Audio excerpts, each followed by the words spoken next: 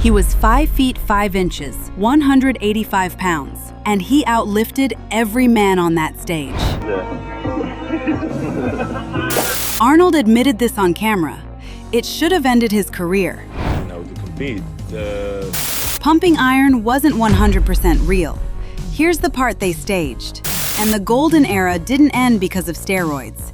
It ended because of one scoring decision. These are the 5 most asked questions about bodybuilding history. And today, you're getting real answers to all of them. Question 1. Why did golden era bodybuilders look better than the guys competing today? Here's the thing. Better is doing a lot of work in that sentence, and it depends who you ask. But there's a real physical reason the argument keeps coming back. The golden era guys weren't chasing size for its own sake. Arnold, Frank Zane, they were building for proportion. Wide shoulders, a waist you could wrap 2 hands around, symmetry between every muscle group. Nobody wanted to be the biggest guy on stage. They wanted to be the best-looking guy on stage. Those aren't the same competition. Compare that to today, where mass wins. Bigger arms, bigger quads, bigger everything. Because judging criteria shifted hard towards size starting in the late 80s.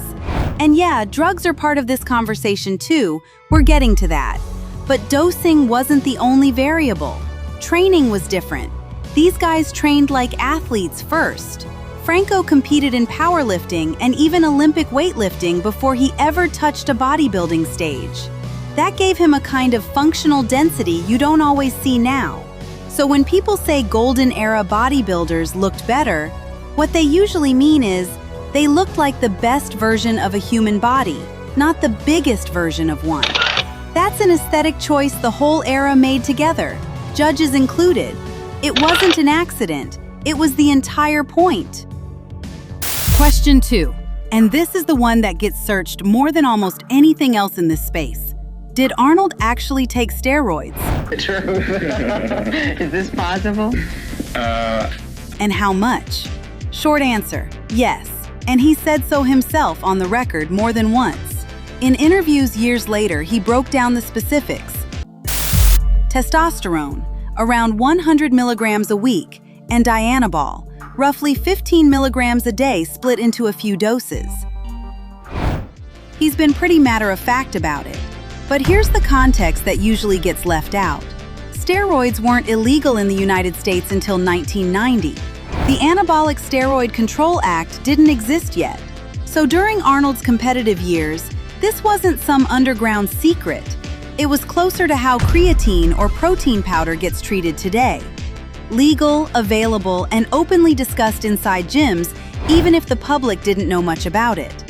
What Arnold's pointed out since, and this matters, is that the doses back then were nowhere close to what's circulating now. He's talked about how today's landscape involves people stacking multiple compounds at levels nobody in his generation touched, often without any medical guidance at all. He's actually been vocal about warning people away from that path, specifically because he's seen what unsupervised, high-dose use does that his generation mostly avoided. So the honest picture isn't golden era bodybuilders were natural. They weren't.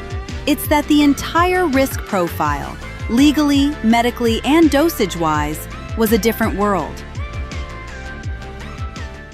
Question 3. Everybody calls him the Sardinian strongman, but how strong was Franco Columbu, really?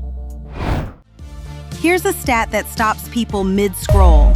Franco stood 5'5", walked around at about 185 pounds in his prime, and he was doing things in a power rack that guys twice his size couldn't touch. He came up through powerlifting and Olympic-style weightlifting before bodybuilding ever entered the picture. That's not a footnote. That's the foundation of everything that made him look the way he did. He'd rub chalk into his palms before deadlifts to lock in grip, because back then, that was the whole system. No straps, no belts doing the work for you, just raw pull. Golden era guys didn't have creatine. This stuff wasn't discovered for gym use until the 90s. If they'd had it, they'd have used it. There's also a few other gym essentials on discount right now. Links in the description below. Despite being one of the smaller men on any Golden Era stage, Franco was arguably the strongest bodybuilder of his entire generation. Two-time Mr. Olympia, 76 and 81, going up against men who outweighed him by 30-40 pounds and still outlifting most of them in the gym. His training partner was Arnold, and by every account, Franco pushed him just as hard as Arnold pushed Franco. That's the part people miss when they only look at the trophies. The Golden Era wasn't one guy at the top. It was a small group of men making each other better every single day in a gym in Munich, then later on Venice Beach, with nobody watching except each other. Question 4, and this one splits opinions every time it comes up. Was pumping iron real, or was some of it staged for the camera? The honest answer sits in the middle, and that's actually more interesting than a clean yes or no.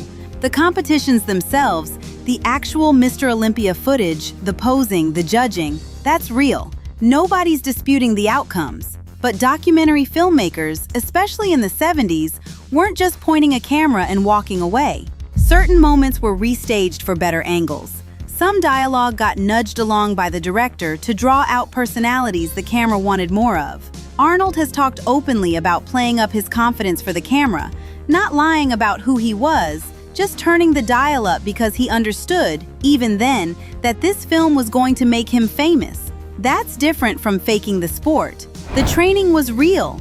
The rivalry with Lou Ferrigno was real, even if some scenes were shaped to sharpen the tension.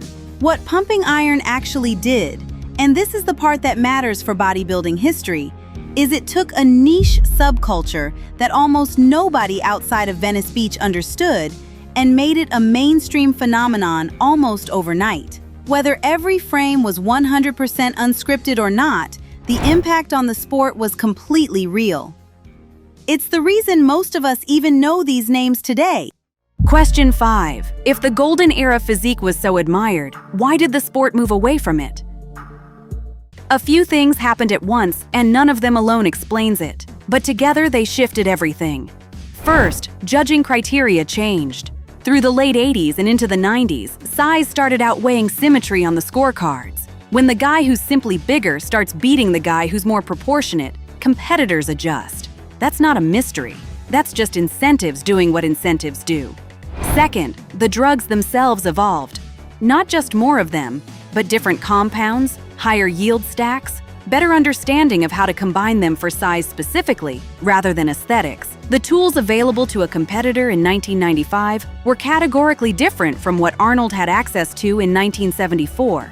And third, honestly, the audience changed.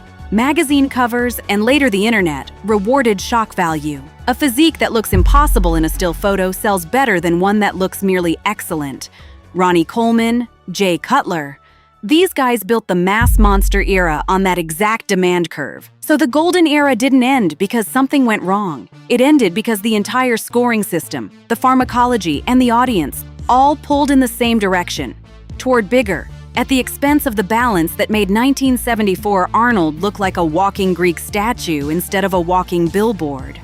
So there you go. 5 questions, 5 real answers, no myths carried forward just because they sound good. Golden Era bodybuilders looked the way they did because they were chasing balance, not size. Arnold took steroids, and said so himself, in a completely different legal and medical landscape than exists now. Franco Columbu was, pound for pound, maybe the strongest man of his entire era. Pumping iron blurred some lines for the camera, but didn't fake the sport. And the era ended because judging, drugs, and audience expectations all shifted together. If you want more of this, the real history behind the Golden Age, no myths, no filler, that's exactly what this channel is built on. Subscribe, and I'll see you in the next one.